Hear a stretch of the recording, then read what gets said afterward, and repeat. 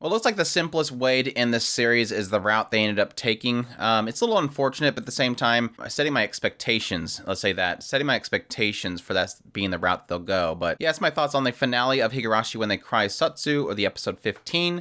So let's jump into it. See, as the episode opens up, we obviously have Hanyu versus Iwa, and still pretty much pushing this idea that technically it goes the route that Hanyu is telling Iwa that she was similar to her at some point, that she didn't believe in miracles, but that a miracle was going to happen. And even though she's getting the crap beat out of her, and Iwa is utilizing her gates of furniture like some sort of a Gilgamesh thing going on, dropping furniture on top of Hanyu. On the other side, we obviously see Sadako and Rika still going at it.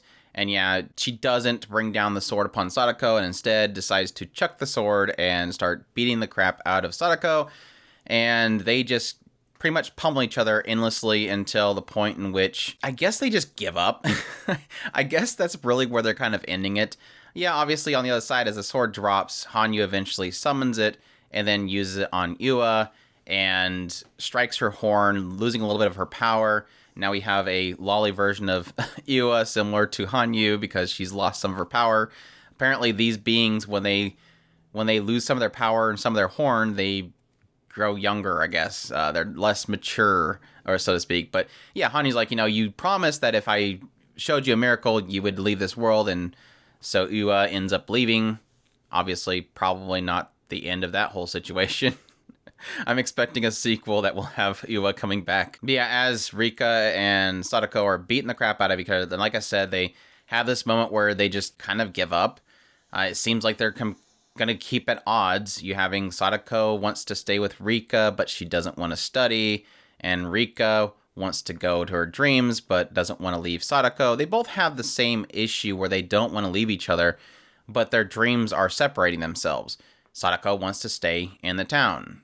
Rika wants to go to St. Lucia. It's just a thing that they're always going to have, and they've come to grips with that. So they finally realize they're not going to be able to convince the other one. They're never going to be able to force the other one, and so it just comes to an agreement that they just got to live with it. And this is when everybody else shows up, and they pretty much drive them home, and on the way home, Rina and Mion are basically pushing this idea that, all they see is that they had a fight.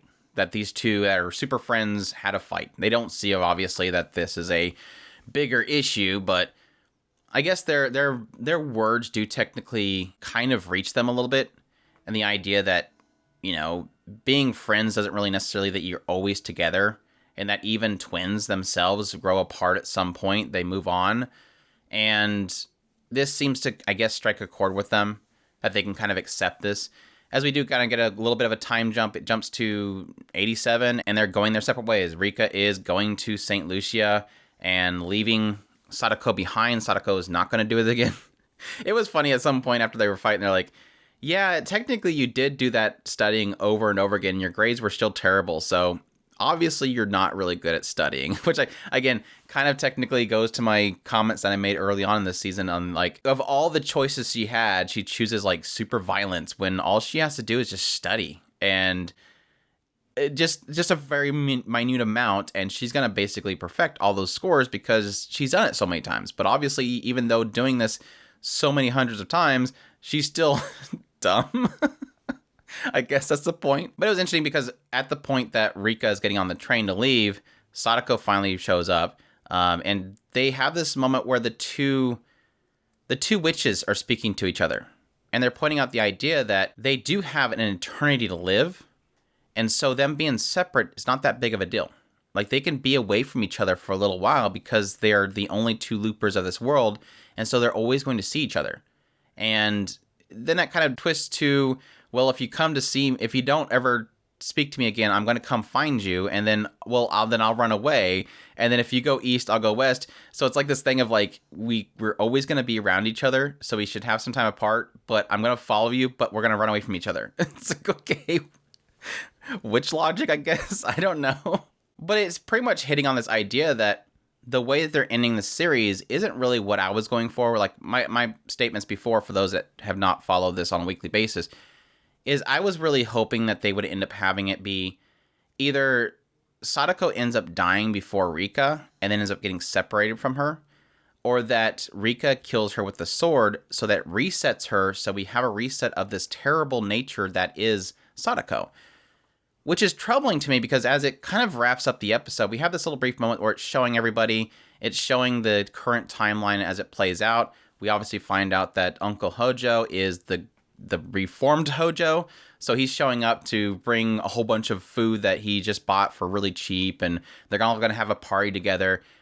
And in this brief moment, Sadako says, I guess it's time for me to go see Rika again. Like, she just left, and she's already talking about going to see her. And she stops. And then with the red eyes, obviously the eyes of the witch, she says, okay, I'll give you control again. Like, I'll give you yourself back. And so it's really hitting on this idea that we're just going to have a world with two witches. Two loopers that are just kind of coexisting eternally, question mark. I mean, it gives a hint that possibly in the future, once Rika finishes her schooling, Sadako can have her chance to reset the world, and they have their time inside of the village. It's the everybody hugs it out situation, which again is the least one that I wanted. But like I said, my hope was more for going a more, I guess, yes, more brutal route, a more bitter end sort of way, like just a route that is sad but at the same time logical. And like I said, my hope was really more in the idea that after everything that Sadako has done, she's so warped, and yes, technically killed her other self. Wouldn't that reset be required?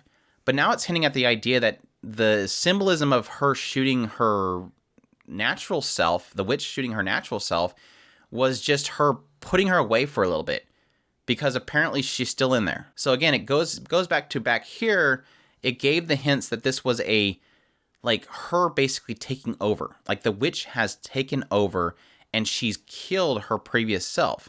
But now her previous self has come back because she got punched a bunch of times by Rika, and now the witch has allowed this to happen. It wasn't a case where Rika went and pulled the old Sadako back and subdued the witch. It was that the witch itself has accepted this route for Rika. Like the witch is the most purest form of her desires and her selfishness, and eventually through their punching back and forth and realizing that either side's not going to give up, that this is just how it is. I'll let it be. And even more so, I will allow the original Sadako to have her body back. For now, I guess. I don't know. Like I said, it's a fine ending. I'm not mad about the ending. Like I said, I set my expectations for it. Being something as simple as just power friendships, let's hug it out. Thankfully, technically, it wasn't that much. It wasn't necessarily the power friendship because I love you, we're all going to be together happy. It was really technically an ending that has both sides, again, like I said earlier, in a joking matter, but technically it's true. It's both sides realizing this isn't just going to work. We're just never going to have each other have their own thing. So we kind of have to give each other space because we're technically eternal. We're never going to have to worry about not having time together. So let's just let it be. Which, again, technically is the funny thing about the original argument. It's like, well, just let her have her fun and then bring her back. If she doesn't come back, reset. You have unlimited possibilities here. You don't have to just force this thing to happen. I don't know. I guess technically there's some issues that still stem back from when it first began. And why this whole thing even started is something very goofy. Like, I don't want to study.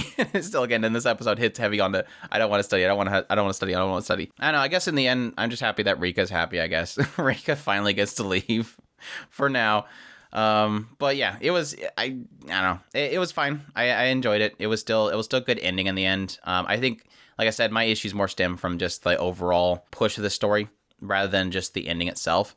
But it was solid. I still enjoyed it. I still had some really great moments early in the season, especially. So I can at least take that as a lot of benefit there. I enjoyed going through the series, enjoy this different take on things, and we'll see where it goes from here. I know there's supposed to be a broadcast show or something like that. We'll see if this ends up being the lead into Umineko like everybody's really wanting it to be.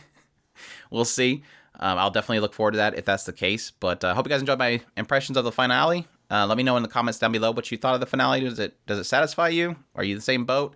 Let me know. And I thank you all for watching. Please subscribe if you haven't already. Share this video if you can. Hit that like button. And support us on Patreon if you can. We definitely appreciate everybody that does. And definitely stick around as I will do a review of this show, as well as first impressions for the next season, as well as reviews for the current season. And I thank you all for watching, and y'all take care.